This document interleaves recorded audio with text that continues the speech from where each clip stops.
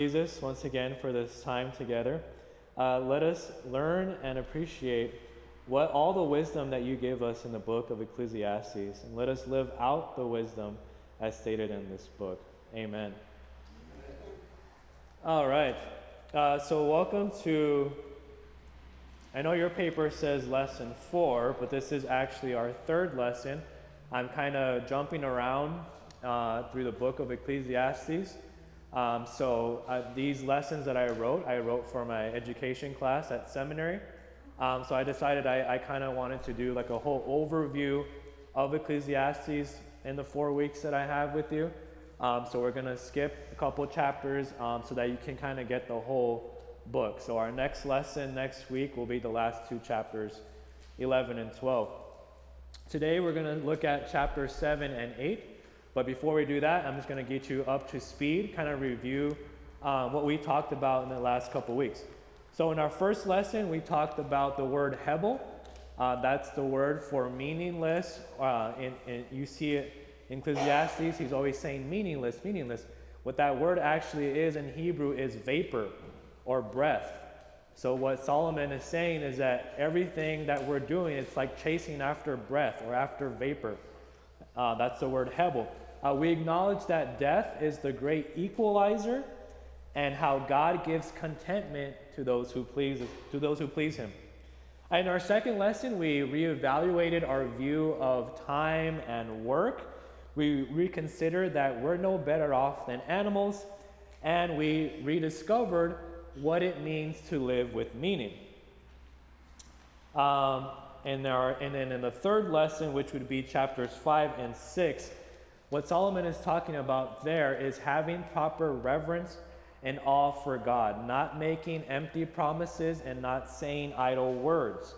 And also he discusses the futility of chasing after money. In chapter 6, he talks a little bit more about that, about having the proper perspective on wealth and contentment, and how the life of humans is fleeting. Okay, so now we are in chapter 7. He's going to continue talking about how our life is fleeting. He's going to talk about death. And so we're going to watch this video, a TED Talk video from a doctor, and she's going to talk about death and what it means, what it looks like. Okay, so we'll begin with that. As you're watching, list some things that you find helpful or things that give you pause. So things you find helpful or things that give you pause as you watch. And Kevin, you may play it whenever you're ready. Thank you. Human beings are the only animals capable of contemplating their own mortality. And they've been doing that for thousands of years. And yet somehow, in the very recent past, we have lost the practical wisdom of what happens as people die. I think that that's a problem. And if you agree with me that it is a problem, then we have to work out what we're going to do about it.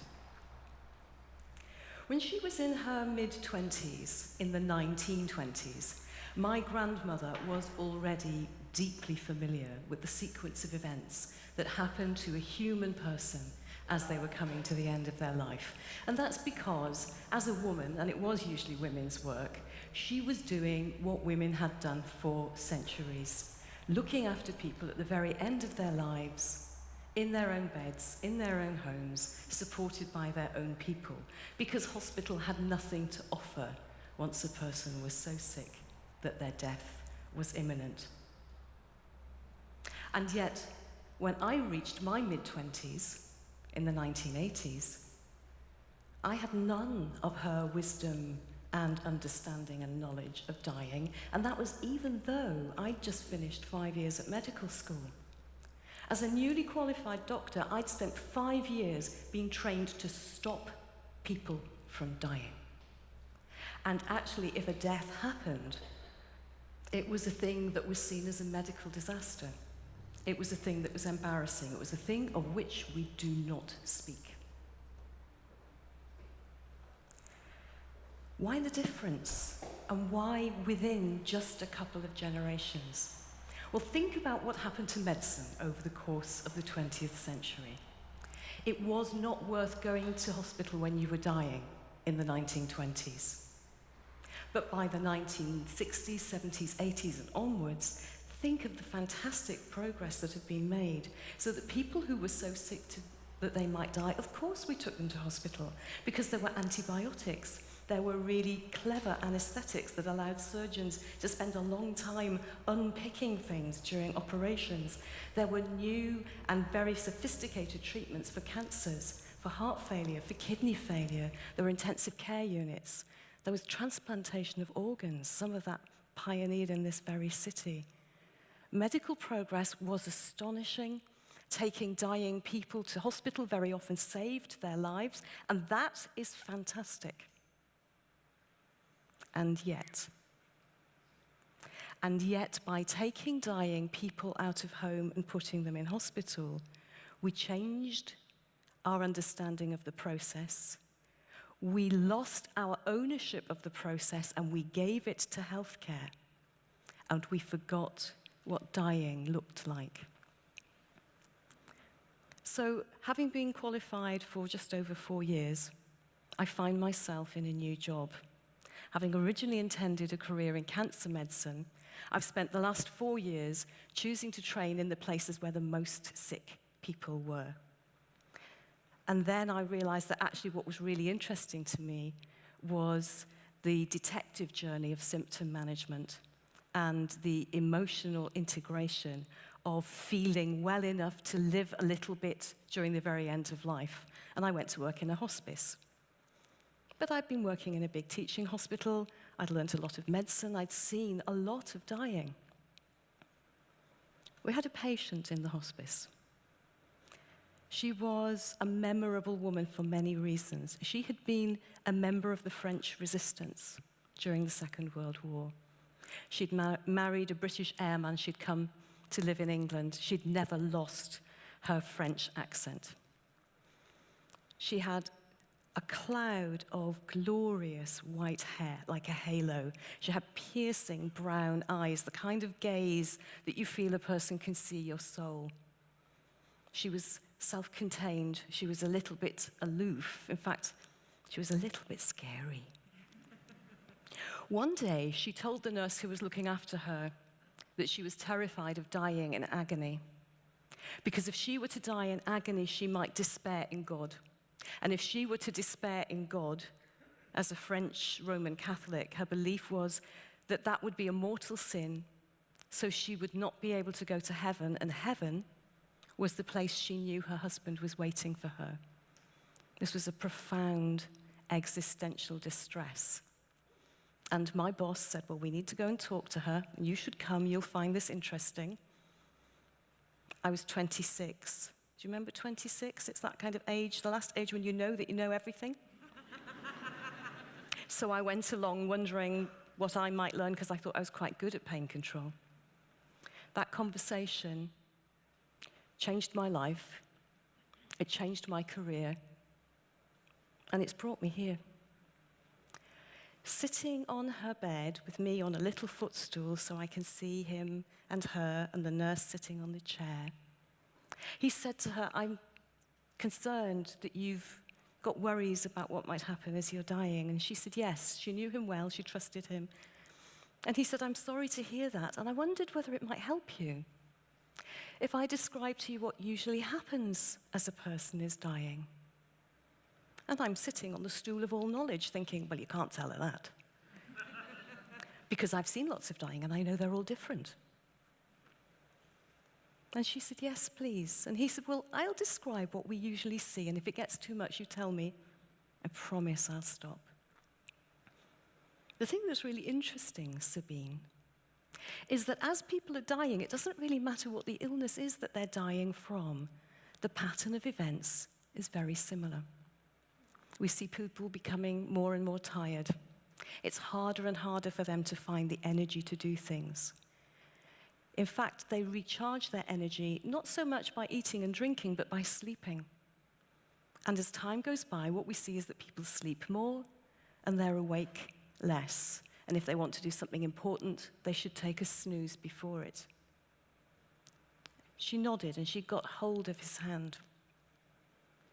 As time goes by, he said, we see people are asleep for longer, they're awake for shorter, and something interesting we notice that they don't is maybe it's medicine time or there's a visitor, we need to waken them.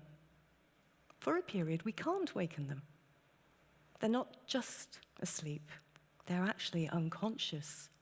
And when they waken, they tell us they've had a lovely sleep. It turns out that human beings don't recognize when we become unconscious. And so at the very end of somebody's life, they're not just asleep, they're actually deeply unconscious. And when the brain is unconscious, the only part of it that's still working is the part that's working their breathing. By now, she is sitting right up in bed. She's got hold of one of his hands, and she's stroking it. She's nodding at everything he says. And in the meanwhile, I'm sitting on my stool, horrified that he seems to be describing dying to a dying person, and that feels to me to be really not very okay. But she is mesmerized. By the time the brain is deeply unconscious, he's saying to her now, the only bit that's still working is the bit that drives the breathing. And so breathing cycles we don't normally see start to happen, reflex, automatic breathing, cycles from very deep breaths becoming shallower and shallower and then going back to the beginning again. Cycles of fast breathing that gradually become slower, maybe with pauses, and then back to the beginning again. The person can't feel their throat. They don't notice if they breathe out through their voice box, making a noise. Families might think that they're sighing or groaning or uncomfortable. We'll always check. But it's part of this reflex breathing. Saliva or mouth cleaning fluid won't irritate their throat. It won't make them cough or swallow. They just lie there with a little pool of fluid sometimes in the back of their throat. It's not in the way. Air is moving in and out of their lungs, and it bubbles through that little film of fluid. But families can mistake that for drowning or choking. So one of the things that we'll do, Sabine, if your nieces and nephews are here, is we will make sure we explain to them what is happening to you. She's stroking his hands. She's nodding. She is absolutely taking in everything that he says. And then he says, and I think, oh my goodness, he's going to the last breath. And then, during usually one of those phases of slow breathing, there'll be a breath out that just isn't followed by another breath in. There is nothing special about the last breath. It's so not like on the television or in cinema. There's no rush of pain at the end. There's no sudden panic. There's no feeling of fading away.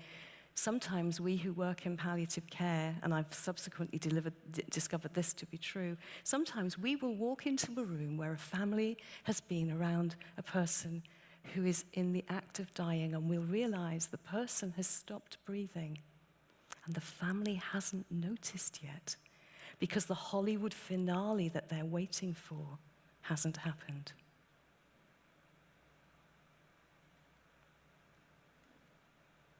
She got hold of both of his hands. She shook them in hers, and then she pulled his hands to her face and she kissed them. And then she closed her eyes. She lay back on her pillows. I just watched her relax. And in her own inimitable and aloof way, she told us that we were no longer required. And my boss said to me, "Are you okay?" And I said, "Yes." And I went to the kitchen to blow my nose and dry my eyes and think about what just happened. Two huge ideas exploding in my brain at the same time. One is, how have I never noticed that? That pattern that he has just explained, I have seen hundreds of times. But I was the most junior doctor. It was my job to stop the person dying, remember? So I was so busy worrying about this person's oxygen levels and that person's pulse and this person's kidney function that I didn't stand back and see that there's a pattern going on here. We can describe the process of ordinary human dying, and it's as much a process as the process of giving birth is. It has stages. We can recognize them. We can pace ourselves. We can work out where we are in it. But even more fascinating was that realization from watching Sabine's reaction that we can describe ordinary dying to a dying person, and it shines the light of understanding and information into that dark place where all their fears and imagination were at play. I've gone on in my career in palliative care to have that conversation thousands of times, countless times. I always offer to stop. I've never been stopped. But what happens at the end is that relaxation, that moment of, well, that isn't what I was expecting, followed almost immediately by, can you tell my family that? Can you tell my wife, my husband, my kids, my parents? That's not what we're expecting. And I think we can do that. So losing the wisdom really matters. And we can't leave it to palliative care people or even medical people to reclaim that lost wisdom one family at a time. This is a massive social, public health issue. And I invite everybody who's listening to step up. The reason my grandmother understood about dying was that she'd seen it alongside people who knew it, who described to her as the process was happening, what she was seeing, so that she would understand and not be afraid. And it requires all of us who are mortals, all of us who love other mortals, to step up, to say, enough. Death is not a medical event. It's a social event. It's a deeply personal event. And we can understand it. We can describe it. We can console each other. We can accompany each other. We can reclaim dying. Thank you.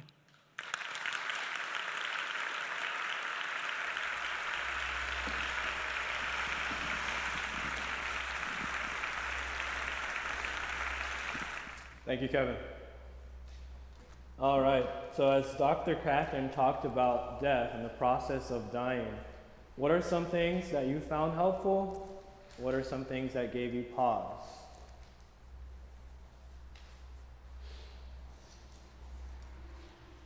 Yes. Well, I like the part where they're saying let the family know the process. Because my sister passed a couple weeks ago. Yeah.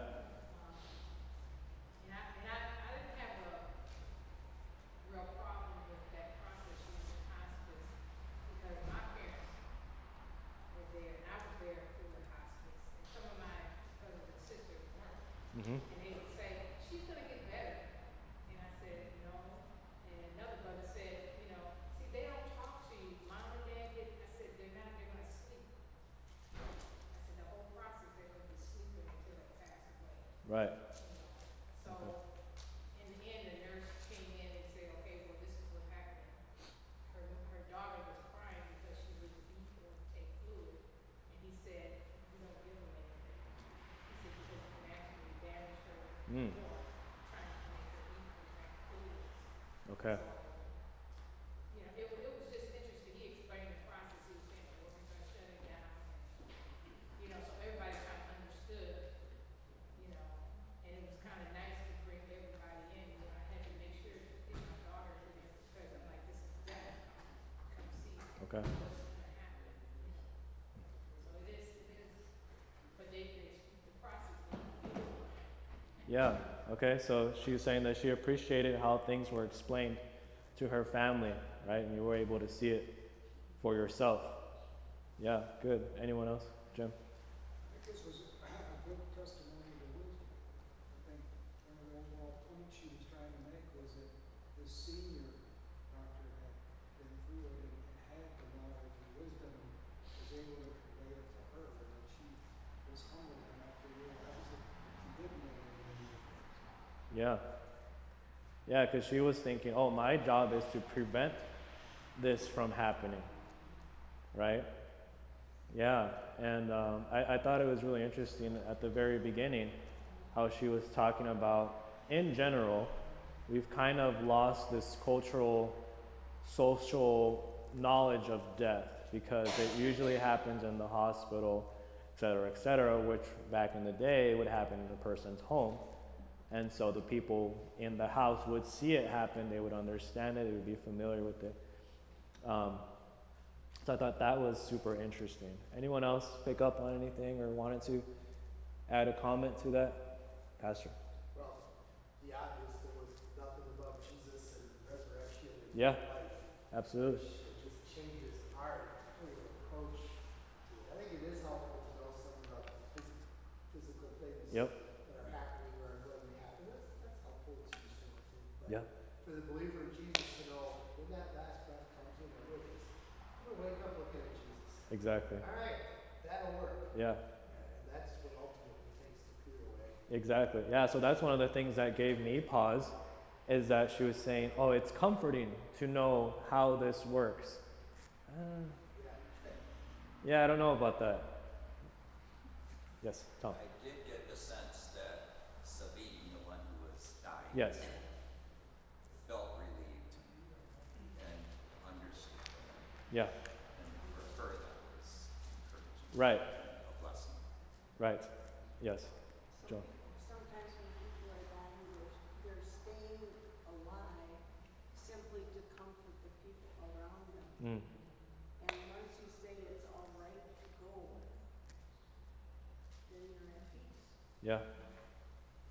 Mm-hmm. Yeah, it's similar to that. You know, oftentimes, if you have like a family that's scattered in different places, until the last child gets there from California or whatever, they kind of hang on, and long as that kind of lasts. It doesn't happen all the time, but it happens regularly enough that we see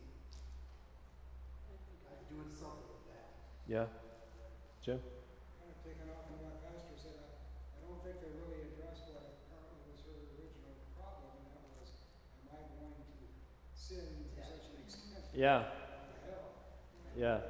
I would suspect there's a lot of people Yeah. She feel that way and they need that comfort. absolutely. She kind of glossed over that and kind of focused on what she was feeling in the moment as far as the process of dying instead of the spiritual part of it. All right. So we're going to continue thinking about death for a little bit. Please read Ecclesiastes chapter 7, verses 1 through 6, and you may answer the following questions with a partner right below it. So, how might the teacher describe living life realistically, and then identify some blessings of experiencing trouble, pain, personally and socially?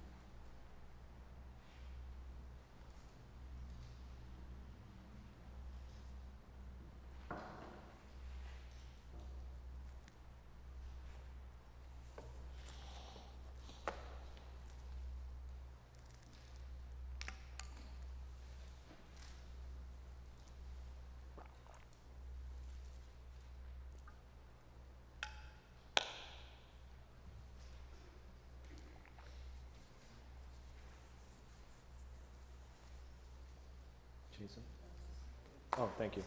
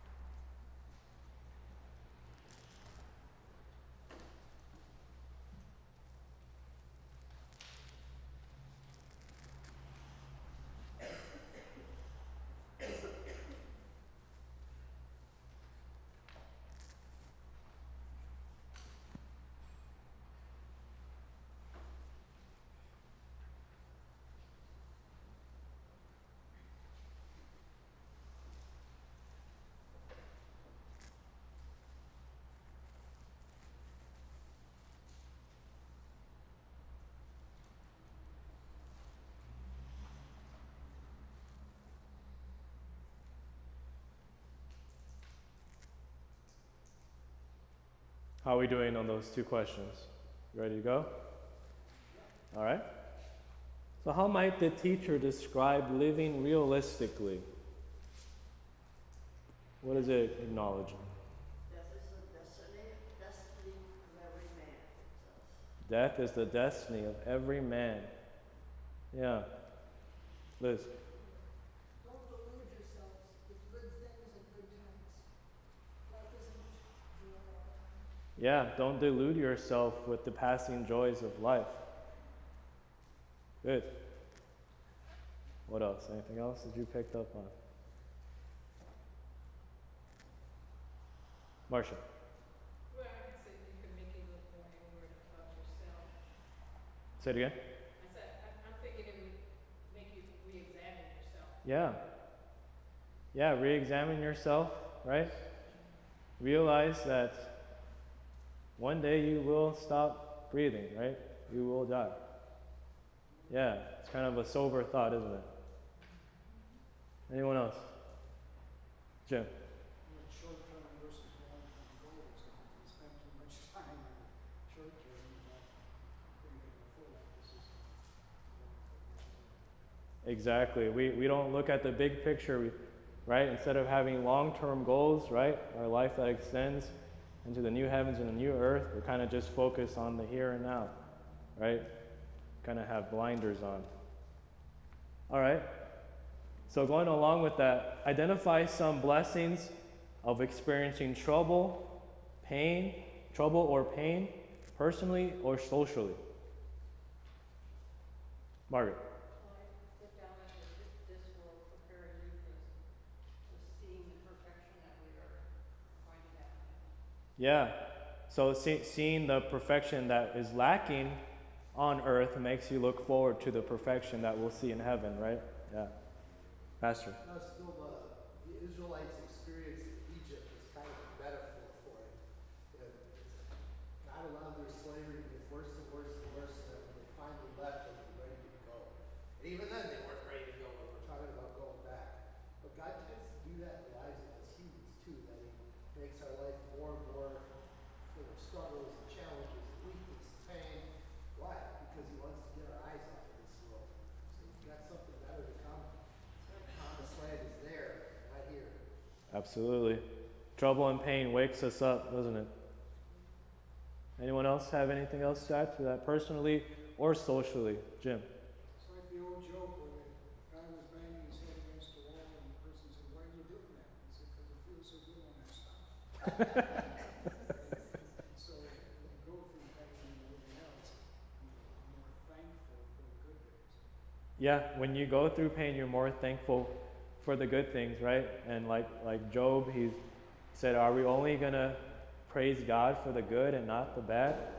Right? That's kind of what he says here too, doesn't he? What verse is that? Oh, we're not there yet. Never mind. We'll get to there. Margaret. I have a question. What if you're talking about a small child, children? Yeah. Like, Does that affect the grown-ups more than it affects the child? I don't yeah. know what that's like. Yeah, it lets them realize mortality, huh? Right? Everyone dies because of sin, but we know that Jesus died for children too, right? But I think it would that be more of a lesson that were for the parent rather than the child? The child would handle that as a parent. Yeah. Are handling that. Right. Well, it'd definitely be difficult for the parents. Who knows? Maybe it would bring them closer to God, right? But yeah. That one child is really, really hard for parents, grandparents to work their way through this. It is emotionally difficult, but that's where the first verse, the day of death is better than the day of birth, comes into play. And it's one of the ways we heal through it. So, that child, little child, baby, whatever, who dies and goes to heaven, they didn't have to go through a lot of the garbage you had to go through. Mm-hmm. And so, all bonus for them. Yep. And understanding that doesn't take the pain away, but it does give you a foundation for which you're working. Yeah. You know, okay, God bless them especially by taking them home more quickly. Yep. That should, how do you convey that to a child? I mean, I can see when they're older, it's, How you what convey do it they to the understand, child? children understand about? Well, if they're young, you probably won't have much problem with conveying it to them. Yeah, I think the younger they are, the easier it will be, because you just say to them, you're gonna go to heaven, you're gonna be with Jesus. And because little kids believe what you say to them, they're gonna go, okay, I'm going to heaven, go meet Jesus, and they'll be good with it. It's the adults who have all our good questions, quote unquote, that struggle with it a whole lot more. Yeah. Yeah, because like Pastor was saying, the longer you live in this world, the more tempted you are to be attached to it, aren't you? To the passing things of this world. Maybe you feel like you're or something like that, you've already gotten more of an understanding of Mm-hmm. what's going on. Right. Yeah, good thoughts. All right, I'm going to read verses 7 through 14, then we'll answer the questions below it. It says, extortion turns a wise man into a fool, and a bribe corrupts the heart. The end of a matter is better than its beginning, and patience better than pride. Do not be quickly provoked in your spirit, for anger resides in the lap of fools. Do not say, why were the old days better than these? For it is not wise to ask such questions.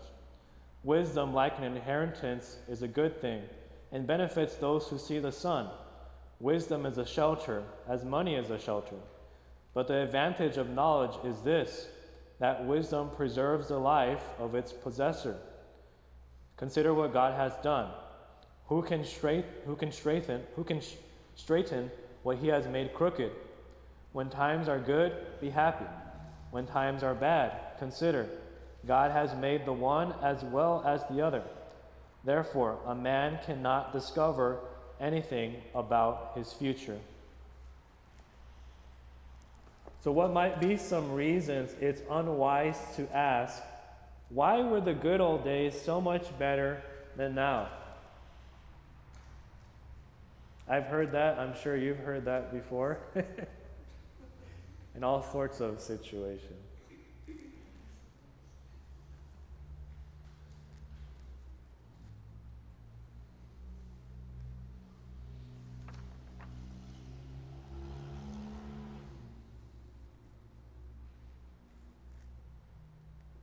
Pastor. I'm good. Sure. It seems to me that if you dwell too much on the past, you lose sight of the blessings and opportunities of the present. Yeah. And why would you want to miss the blessings and opportunities of the present? Yeah.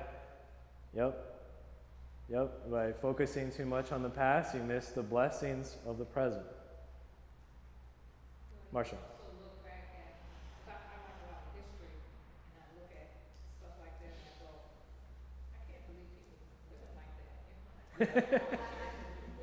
Yeah. They didn't have any lights, and then they did Right. this and they did that, and you know, as you progress over Yeah. centuries, you know, then give you appreciation for today. Right. Yep. Yes. I think we tend to remember the good stuff and forget the bad stuff.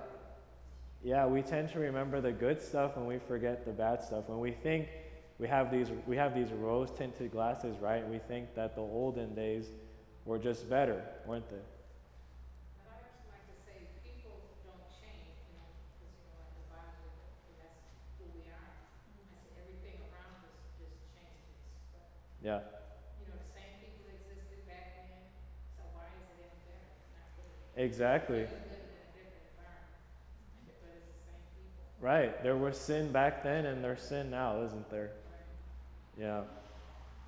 We can learn from our past Mm-hmm. and have a better future. Sure, absolutely. Yeah, the history teaches us things, doesn't it? Yeah. I probably shared this here, but I like to use the analogy that you should use the past like the way you use the rear view mirror in your car when you're driving. If you never look at the rear view mirror, you're going to crash. But you do look at the rear view mirror. Why? To help you keep moving forward. Yeah. To remember the lessons of the past, to remember the mistakes you made in the past, you don't make them again, to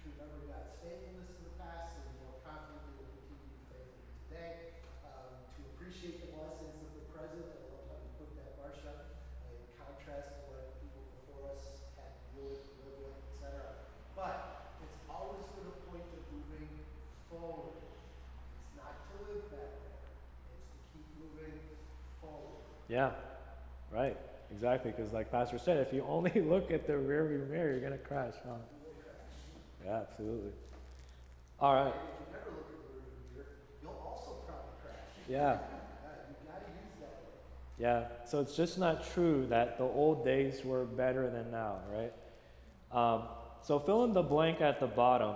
According to the teacher, wisdom is blank what God sends. Why?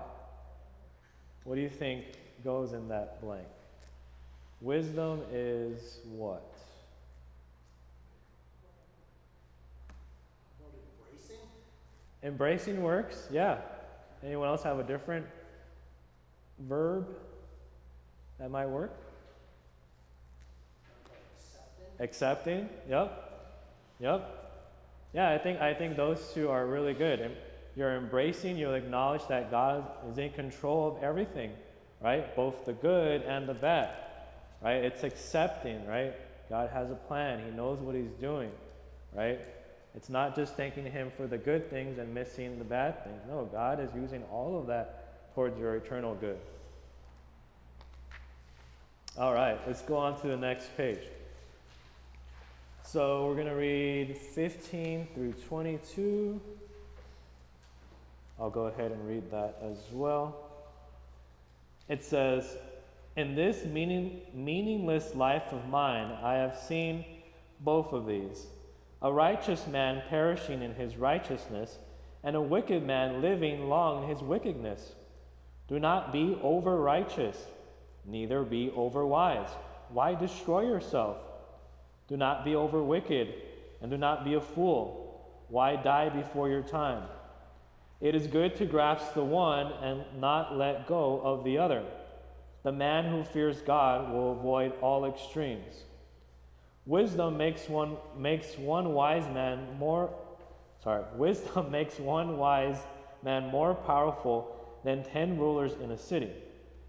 There is not a righteous man on earth who does what is right and never sins. Do not pay attention to every word people say, or you may hear your servant cursing you. For you know in your heart that many times you yourself have cursed others." What do you think the teacher is trying to convey by saying, don't be too righteous?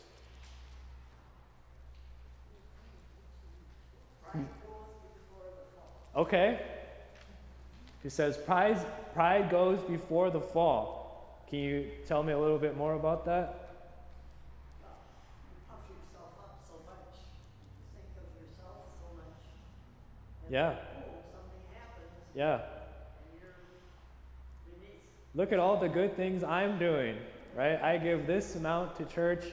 I go and help out these people, right? Kind of like the Pharisee. Yeah. I'm glad I'm not like other people. Yeah, good. Like the Pharisee who was saying, thank you, God, for not making me like other people, right? Like this sinner over here. Marsha. I was just gonna say, because we're all sinners, Yeah. something's gonna come out eventually. Yeah, good. Yeah. Margaret. Blocking yourself off from hearing other people want to say to you. Uh-huh. You're negating all of that. Yeah. Kind of ignoring what people are saying. Yeah. Yeah. Anyone else on one? Don't be over righteous. Jim? Kind of saying this, that's already the idea that you want them to begin to rely on yourself instead of God. You keep that out of the answer. Yeah, lean not on your own understanding, right? Yeah. Yep. When you think about Judaism, how they still have, what is it, those 630 something laws? 660? I'd have to go back and double check. Yeah. Yeah. 600 plus. Yeah. They have all these laws to prevent you from ever getting close to ever breaking one of the laws of God. So you got to break all these different laws before you, right? And it's just like, none of these things are scriptural, right? Don't be over righteous. Don't ruin yourself. But also, don't be a fool, right? The man of God keeps himself, or the woman of God keeps herself from both extremes. All right, so imagine that you are a CEO of a firm or the mayor of a city. What are some managerial mistakes you can avoid by having a proper understanding of human nature? Joyce. You should go to people who have a different opinion from yours and have them explain it to you. Oh, okay. So you get more input from other people's thoughts. Yeah, so go gather information from people who disagree with you so that you have more to work with. Good. James, I see you have? No? Marcia. Well, I would think you have to learn to have kind of a cool head, Yeah, not react hastily, right. because you are in that position, so you can't just blurt out things. Yeah, Some leaders do cause problems. exactly. Having a cool head is always going to help you out, right? Especially under stressful situations, which if you are a CEO or a mayor, I imagine you'd be under a lot of stress sometimes, right?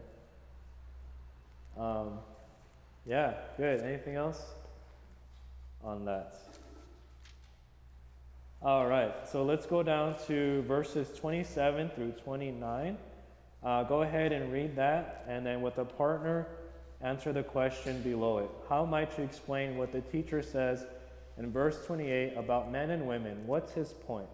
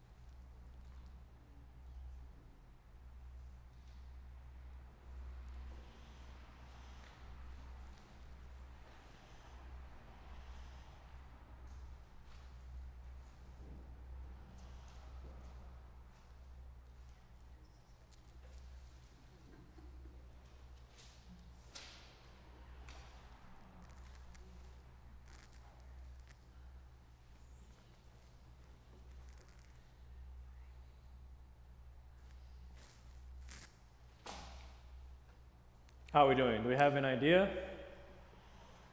So I'll just read it real quick. Look, says the teacher, this is what I have discovered, adding one thing to another to discover the scheme of things. While I was still searching but not finding, I found one upright man among 1,000, but not one upright woman among them all. This only have I found. God made mankind upright, but men have gone in search of many schemes. So what is he saying in verse 28? The women should go. That women should what? Women should go search for men. Say it again? If they're not finding anything, then let the women go. I have a problem with this. Yeah, I know. That's why I pointed out. I know it would cause some thinking. Marcia. Well, to me, it's just, he's being blind. He's not looking hard enough. Okay, he's not looking hard enough. And somebody say, well, I couldn't find this talented person. Yeah.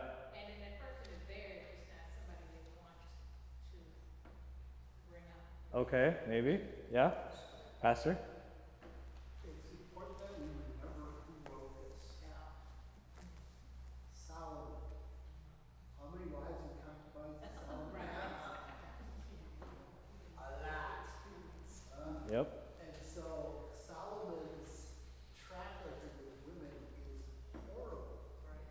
So it's very likely that Solomon had some of his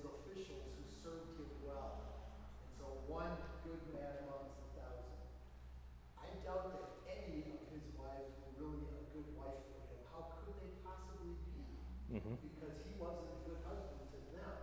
And so this is from Solomon's perspective, which is a messed up perspective, Yep. which says to us, don't mess up your perspective. If you don't mess up the perspective, if Solomon had been monogamous and had been married to one wife, I'm guessing this verse would not be in there. Yeah. Because he would talk about how great his wife is and how wonderful she is, like the writer of the Proverbs does at the end of the book of Proverbs. He praises the woman who's at the city gates, and et cetera, et cetera. Yep. Yeah, so he's not saying that men are better or that men are inherently wiser. What is he saying? He's saying that out of 1,000 people, he only found one wise male, and out of another 1,000 people, he found 0 wise females. Is there a big difference between 1 and 0? No. In other words, what he's saying is that wisdom is incredibly rare, regardless if you're a man or a woman, right? That's the point of what he's saying, right? He only found 1 versus 0. Both are not good. Both are really pathetic, right? Out of 1,000 people. That's his point. He's not saying that men are better or that they're wiser. Anyone else want to add to that idea? He's talking from his experience. Could be with all those women, they had to scheme a little bit to get attention. Sure. Yeah. I go so far as to say they had to. Yeah. I don't think you have to put it into the maybe, might be, could be. I think it happened. Yep. Because there could be really no other way. And there must have been incredible jealousy and bickering and infighting. Oh, can't even imagine. Tom. In the next verse, he says that God made everybody upright, but Yeah. sin entered the world, and Yeah. men look to do things that are not upright. Yeah. Yeah. We became dumb, so to speak. Right? Yeah. Exactly. All right. We're going to jump to chapter 8. We're going to look at verses 14 through 17. So it says, there is something else meaningless that occurs on earth. Righteous men who get what the wicked deserve, and wicked men who get what the righteous deserve. This too, I say, is meaningless. So I commend the enjoyment of life, because nothing is better for a man under the sun than to eat and drink and be glad. Then joy will accompany him in his work all the days of life God has given him under the sun. When I applied my mind to know wisdom and to observe man's labor on earth, his eyes not seeing sleep day or night, then I saw all that God has done. No one can comprehend what goes on under the sun. Despite all his efforts to search it out, man cannot discover its meaning. Even if a wise man claims he knows, he cannot really comprehend it. So now, deduce why the teacher brings up the topic of anxiety and illogicality again.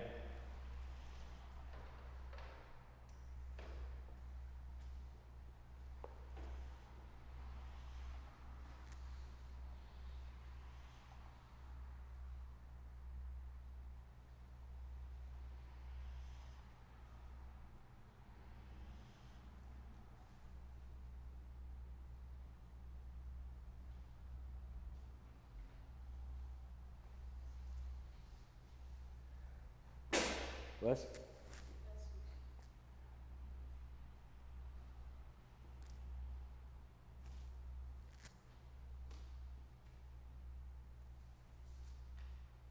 Certainly a reminder here that we're not always going to be able to make sense out of life. In fact, often we'll not. Yeah. I've seen any number of times people who are wise, smart, hardworking, just struggle financially, can't get ahead. And other people who are just utter fools who are flush with money and seem to have the world by the tail. Yeah. It doesn't seem to make any sense. Yeah, and even those people who did work hard and are doing everything correctly, maybe they're struggling, huh? How does that make sense? And the good, to me, just to go back, God has an agenda. His agenda isn't for us to make sense out of this life or to have a good life here. His agenda is to get as many people as possible to heaven. Exactly. If that means I have to have a good life, great. If it means I have to have a bad life, great. When I've been in heaven a few billion years, I won't be happy or sad about either one of those. I'll just be happy that God got me where I needed to go. Yep. Yep. Anyone else? Jim? It's obviously hard for us to understand, but I think he's saying, again, having seen what's to come, and forecasting, it makes our lives so irrelevant, basically. I mean, it isn't when we're living it, but it's just, I just think it's going to be so awesome. You can't even, Paul has said that, we even have words to Yeah. describe what he saw. We're fussing around with our day-to-day lives, and it's like, oh, you can see nothing. Right. You ain't seen nothing yet. Yeah. Anyone else on this point of life not making sense, and though you try and try and try, it seems like it doesn't work, or the mean person gets all the nice stuff.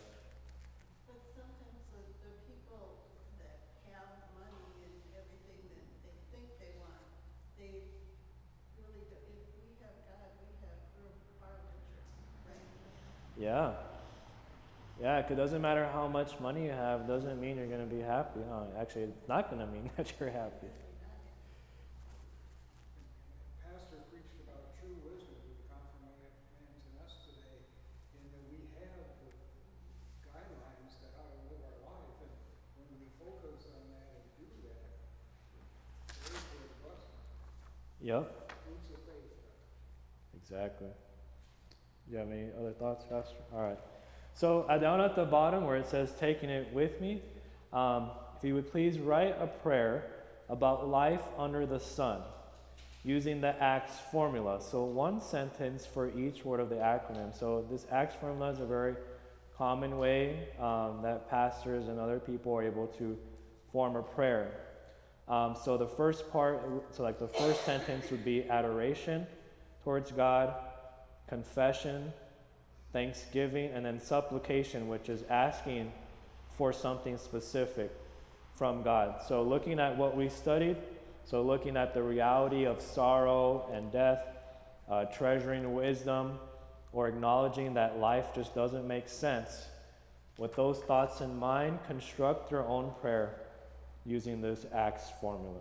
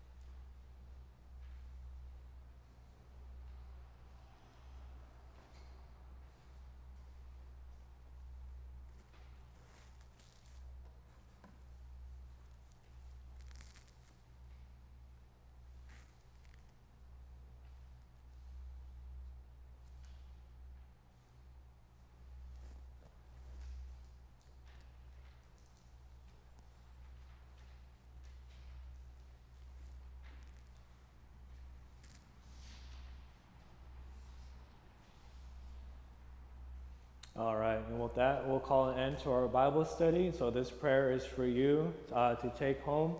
Look over it over the week, and please join me next week for our final lesson on Ecclesiastes. God bless your week.